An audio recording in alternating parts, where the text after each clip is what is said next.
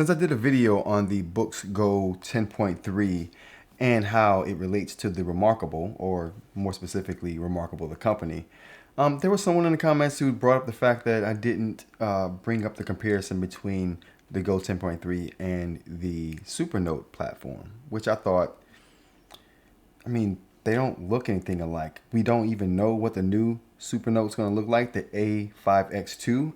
We do know what the Remarkable looks like, and we do know what the Go 10.3 looks like. So that seems like a natural fit to me. So that's why that comparison was made, and I didn't really compare it to the Supernote. But then I thought, why not? What does the Go 10.3 mean to Ratta, makers of the Supernote? Spoiler, nothing. Absolutely nothing.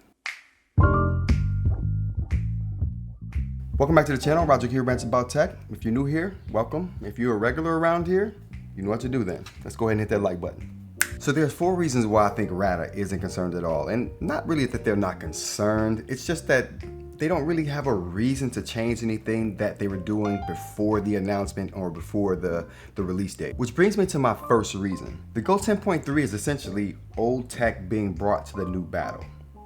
We've seen this before. Like the console wars of 1996, video game console wars of 1996.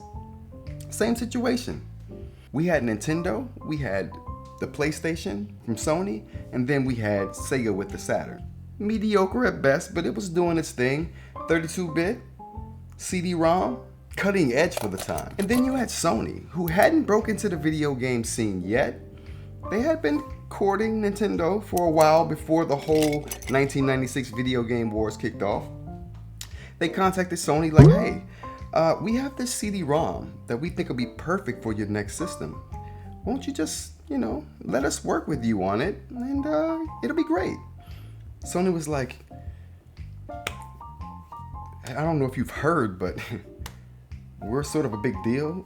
We don't need help from anyone.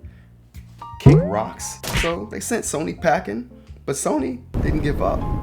They did what no one thought they were going to do. They built their own video game system, 32-bit CD-ROM like the Saturn, but better in that they had these licensing deals with these companies that were going to make some awesome games for it. And they had some good first-party titles as well.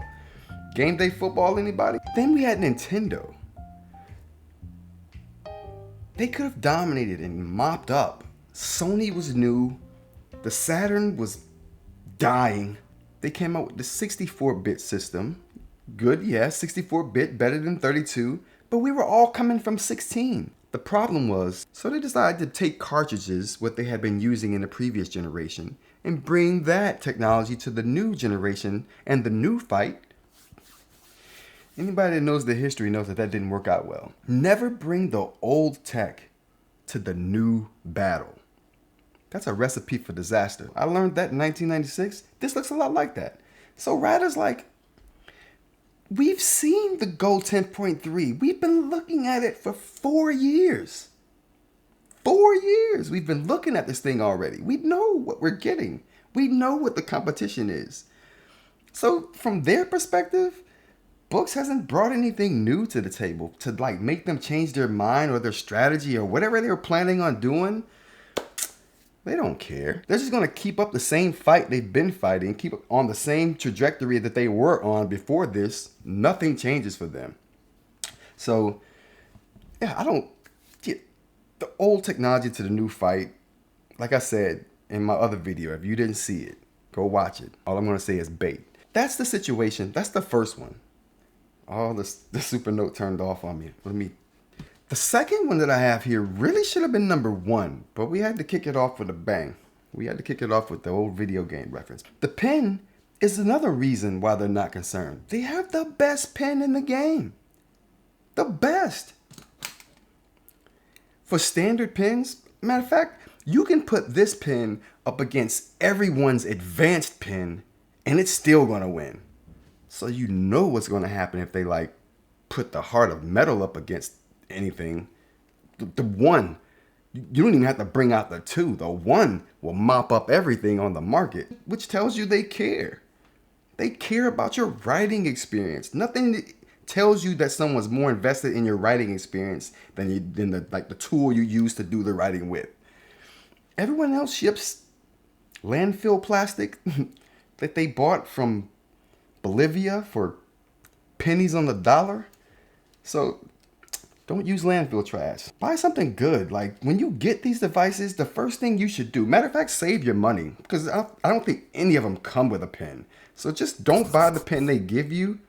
It's undoubtedly crap, unless you're buying the Supernote one. Then it's not crap. Just go shop for something else. You'll find a better deal. It won't cost you what these companies are charging you for the crap, and you'll get a nice pen. So you'll save some money and get a better product. That's the way to go. Like I said, unless you buy the Supernote, then that standard pen is better than anything you could buy. No other manufacturer has anything that comes close to the pen. So as long as everyone is still shipping the same pens, it's another reason why they're not concerned at all. All right, so number 2 on the list. Oh, I'm sorry, we're at number 3. Number 3 on the list should have been number 1. The Feelwrite 2 screen, or the film that goes on the cover of the Supernotes. All of them. Supposedly the new one too, the A5X2, should have the Feelwrite 2 screen on it. I think you can even buy those now and put them on the older devices if you want to. So yeah, the Feelwrite 2 film that they put on the top of their screens to give you that paper-like feel, no one's coming close to that. No one's even doing anything like it. Now, it's subjective to whether it's better or worse. Like, who cares if it's better or worse? I'm just talking about it being different, and no one's offering anything. There's no competition in that realm because no one else is doing it. That's a bonus. That's a plus. That's one of the reasons why, another reason why they're just not concerned at all. It just, the softness. It's soft, and everyone else's is hard. Like, this thing just sinks right into the film when you're writing. You can't see that, but that's what it's doing. It could stand to be a little more rough. Like, you can't feel the roughness after you kind of sink the nib down into the writing surface. If you're just gliding it across the top of it, then you can feel some graininess, some friction. But if you're writing, that all but goes away. All right, so number 4 on the list, again, should have been number 1.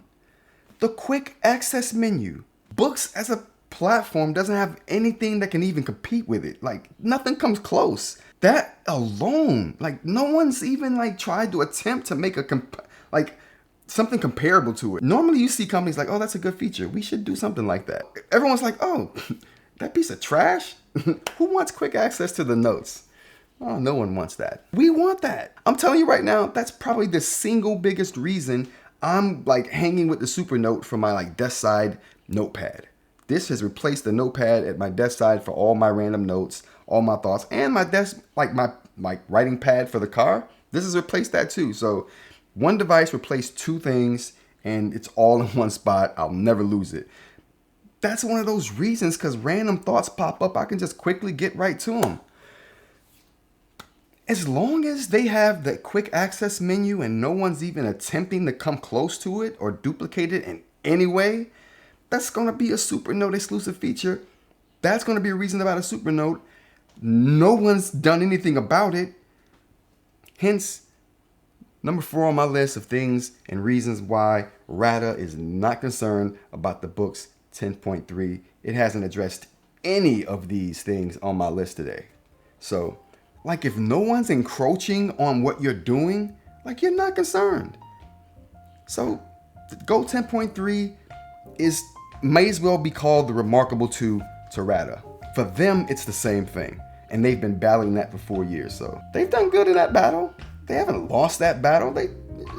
So because of these features right there, these things are why they haven't lost that battle. No one's addressed them. That's why they'll keep on winning that battle. Nothing the Go 10.3 does is encroaching on Supernote's like fan base. If the Remarkable 2 didn't do anything for you and you still bought a Supernote, I don't think the 10.3 is going to do it either.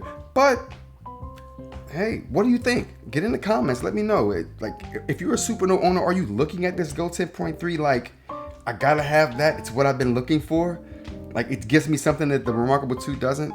It gives you the book software, so that's something. Like, I want it, right? It looks awesome to me, but I want all of them. So, but for people who are like, oh, I'm just gonna get one, I'm gonna hang with that. Like, if you bought a Supernote, Is the Go 10.3 something you're looking at like, oh, I would switch from my Supernote to the Go 10.3? I want to know. All right, everyone, that's going to be it for me. Till next time, take care.